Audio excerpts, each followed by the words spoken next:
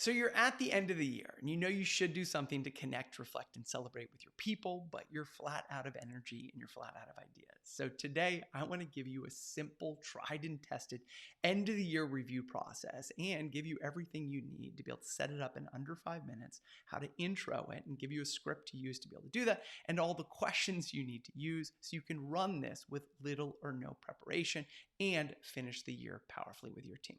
Hi, I'm Chris Littlefield. I'm the founder of a company called Beyond Thank You. I'm the author of the book 75 Team Activities for Remote Teams, and actually included this activity in the book. And I spent the better part of 20 years helping leaders at top companies around the world have the conversations that matter most. And one of those conversations is how we finish the year with our team. It's so important, actually, that I made a video last year about the individual conversations that we need to have with our people. And I'll include a link to that video in the description below. But I know you're busy, so let's get into how to run this year-end review process. So to give you a little context why we're doing this is we tend to, at the end of the year, get focused on the things that we didn't do and forget about all the things that we did. And we don't even remember what we did last week, let alone back in January. So that's the context. So in order to be able to set this up, what you want to do is you want to just let your people know, hey, in our next team meeting, I want to use it to step back and reflect and celebrate all the amazing things that we navigated and accomplished over the previous year. And so just let people know that. And if you want to, feel free to take the questions that I'm going to share in a minute and send them to people ahead of time so they can start thinking about them. But in reality, it's the end of the year. They're not going to probably do that. Okay. But so just set that up and let people know that when they get there, you're going to use that meeting to be able to do it. Then you're going to invite people into the meeting. And you want to set the context, and you can simply use this script right here. Today, we're going to take a few hours or an hour to stop and reflect back on the last year. Most of the time, we get so busy at work that it's hard to remember what happened yesterday, let alone what happened 12 months ago.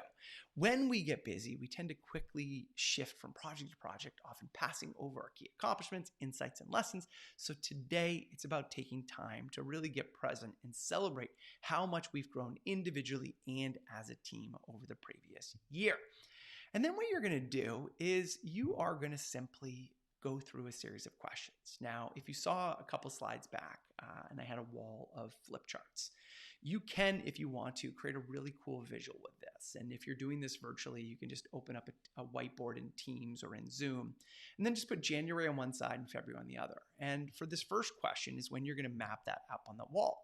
And just have people look back at their calendars, go through their photos on the phones, and what were the major events, changes, challenges that we faced over the last year. And have people look, what were the projects they worked on? What were the breakdowns? Maybe a software failed, or there was a digital hack that you had to navigate, or maybe somebody left your team, or somebody joined your team, or there was a change in policy, or you had some huge big project that you won, then you needed to figure out how to deliver it. But put each one of those things along that calendar, along that map, or just make a list and identify all those major things. And the reason why we want to identify those is that many of the lessons learned and the skills we developed tend to be around those challenges. And so you want people to get present to those things first, okay? Then after you do that, ask people and say, hey, now take a second and just think about what were the major events, changes, or challenges that you faced in your personal life. And you don't need to share any of them, but I want you to get present to those things so they're also on your radar as we reflect on our lessons learned. Then after you've done that for a minute, then you just want to go through these questions. And just ask people, what are some of the lessons you've learned personally? Now, if you have a big group, have people turn to the person next to them and just ask that question to each other first so they start sharing, and then invite a couple people to share with your whole team. Now, if your team's under 10 people, just have everybody share at the same time if they want to. Okay, but if they're not sharing, you can always bail onto, hey, do a paired share, which people tend to feel more comfortable to open up with each other before sharing in front of a large group. Then you can go, what are some of the skills or abilities you've developed or further developed in the past year? And have people think about it. What can you do faster now than you could do before? Maybe it's editing videos or creating videos. Maybe it's your writing ability or being able to get contracts out or respond to RFPs or whatever it may be. Maybe your graphic design is better, or maybe your communication as a team is much better. So get people to think about that, what skills and things they've developed. Then what lessons have we learned as a team, or how have we grown as a team this year? And just give it a second. And if you ask the question and nobody answers, just pause for a minute. And silence is a motivator for someone to speak up and share.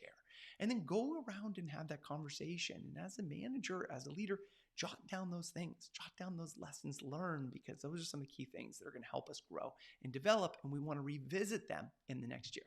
And then last, you want to finish with, what are you most proud of our team for? And if you happen to be leaders of senior managers, ask people what are they most proud of their team for as well. Give people an opportunity to go around and share, and then wrap up by taking time to celebrate all the lessons learned, all the things you've navigated, all the challenges you faced. Most importantly, that you're stronger as a team at the end of the year than you were back in the beginning. Okay. And so you can finish up with that. And then afterwards, you can go out for drinks together, for a meal together, but you can go out knowing that you took time to connect, reflect, and celebrate as a team at the end of the year. Once again, I'm Chris Littlefield. And if you enjoyed this video, please hit like, subscribe, share it with one other person that you know it'll make a difference for. And if you're looking for support to help your leaders have the conversations that matter most, check out my programs at beyondthankyou.com. And I hope you have an amazing end of the year. Take care.